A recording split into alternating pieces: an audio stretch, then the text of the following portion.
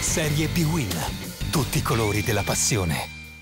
La 13ª giornata della Serie B-Win si apre allo stadio Granilo di Reggio Calabria, dove la Regina sfida la matricola Portogruaro. I calabresi di Azzori, vincendo, possono guadagnare provvisoriamente il secondo posto in classifica, ma devono rinunciare in extremis al bomber Bonazzoli, fermato da problemi agli adduttori. Nel Portogruaro centrocampo folto, il solo Cunico in appoggio a Gerardi con Altinier in panchina. Subito la Regina in avanti, Rizzatto a sinistra, sbaglia l'intervento Cristante, c'è Zizzari e Madaschi libera definitivamente per la retroguardia ospite. Cross di Campagnacci, colpo di testa ancora di Zizzari, palla molto distante dalla porta di Rossi. Insiste la squadra di casa, da Adejo a Colombo, in mezzo Campagnacci, la risposta distinto con la gamba destra da parte di Rossi. Ancora Regina che cerca di sfruttare il buon momento, Rizzo ha spazio, carica il destro, nessun problema per l'estremo difensore del Portogruaro. Palla a lato di un paio di metri, la risposta degli uomini di Viviani,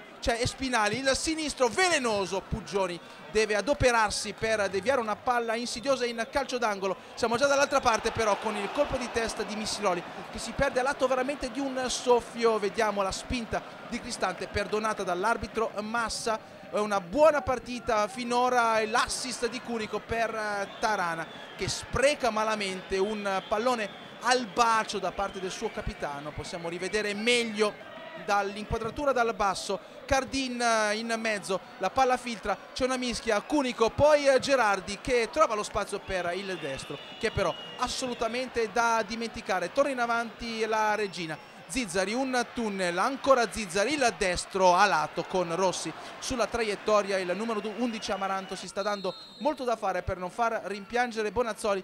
Inizia la ripresa, la Regina vuole spingere di più alla ricerca del vantaggio, cross da destra, colpo di testa alto da parte di Rizzato, uno dei più attivi per Azzori nel corso del primo tempo. Il fallo di Cunico su Missiroli, c'è l'ammonizione di Massa, era diffidato, salterà il turno infrasettimanale di martedì, così come Rizzo e Cristante ammoniti da diffidati nel corso del primo tempo. Il recupero di palla da parte di Campagnacci, il destro è però centrale, nessun problema per Rossi. Ora la Regina sta producendo il suo maggiore sforzo per prevenire al vantaggio. Rizzo, il tacco di Viola, ancora Rizzo, Rossi interviene in due tempi, un po' in affanno la retroguardia del Portogruaro. In questa circostanza rivediamo la conclusione del centrocampista Amaranto, si salva la squadra di Viviani, insiste la Regina ancora con Zizzari che fa tutto bene tranne però la conclusione di destro. Si accartoccia Rossi, finisce la partita di Zizzari, entra al suo posto Usman. Sì, l'anno scorso in Lega Pro con l'Andria